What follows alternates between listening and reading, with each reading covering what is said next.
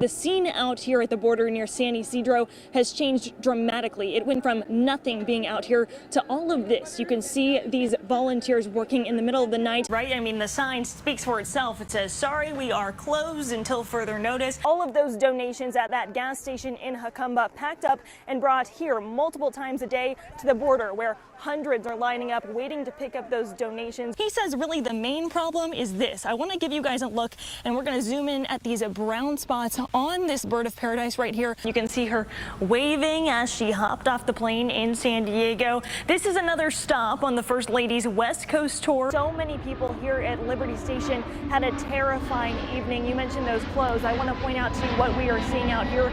If you take a look right behind me, you can see a single flip-flop left behind. We got it all up close and personal. You can actually still hear fans driving by screaming right now. I did tell Jay that we will be following up with him because, of course, he wants to see something done about the infrastructure. He wants to see improvements made, especially if storms like this become the new normal.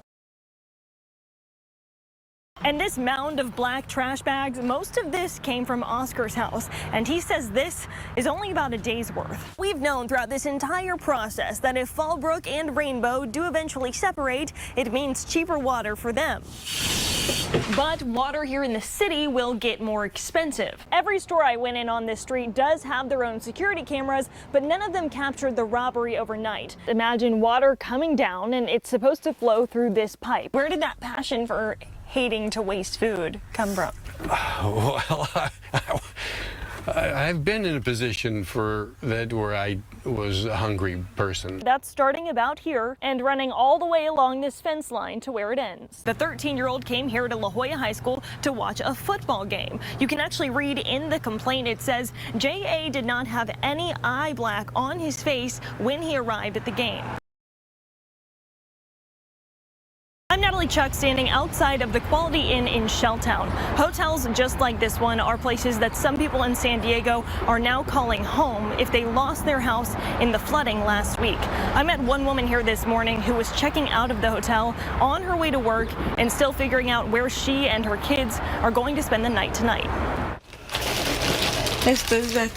Room 117 in this hotel is the closest thing to a home Carla Castro has had in more than a week. I never imagined I would be in this situation. While her two kids are just waking up, Carla and her mom spend the morning packing up what little they still own. It all fits in the back of this truck bed, just barely. I don't want to tell them in the situation we're in, because it's hard, like being homeless, you know. The duplex Carla was renting with her mom and stepdad flooded in last week's storm. Her car is still sitting in the driveway, totaled.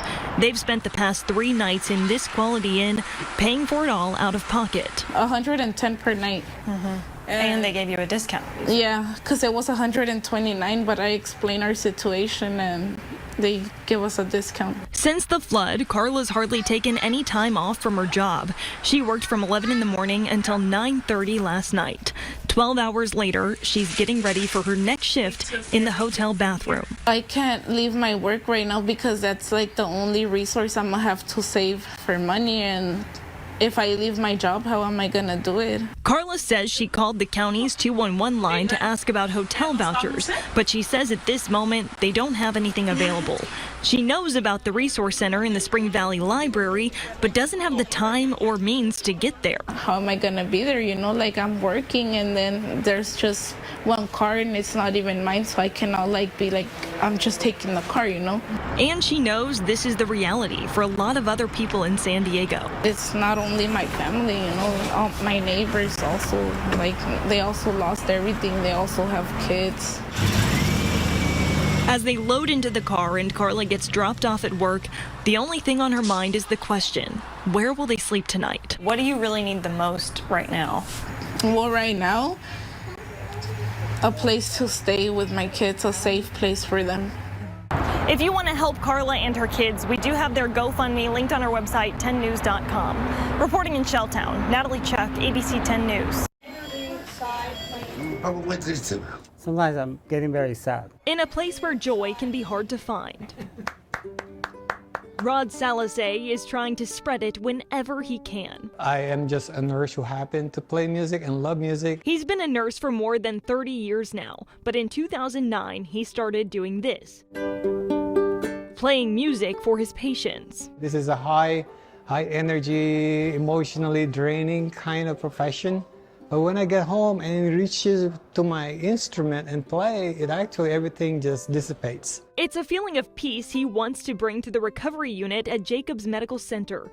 You can catch the rhythm flowing from Rod's head to his toes, even playing some originals on occasion. I wrote this one. He swears the music helps his patients heal just like the medicine, even when they don't speak the same language. Music is a universal language. Very beautiful.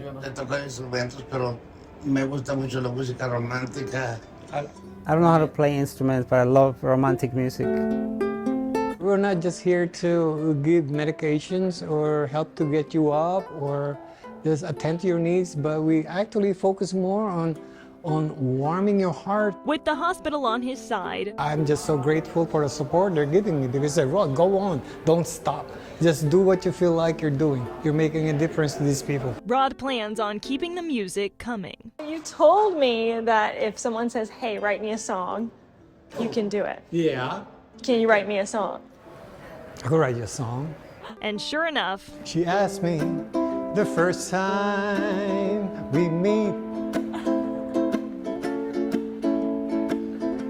hey Rod, when are you gonna write a song just for me? Natalie Chuck, ABC 10 News. I'm looking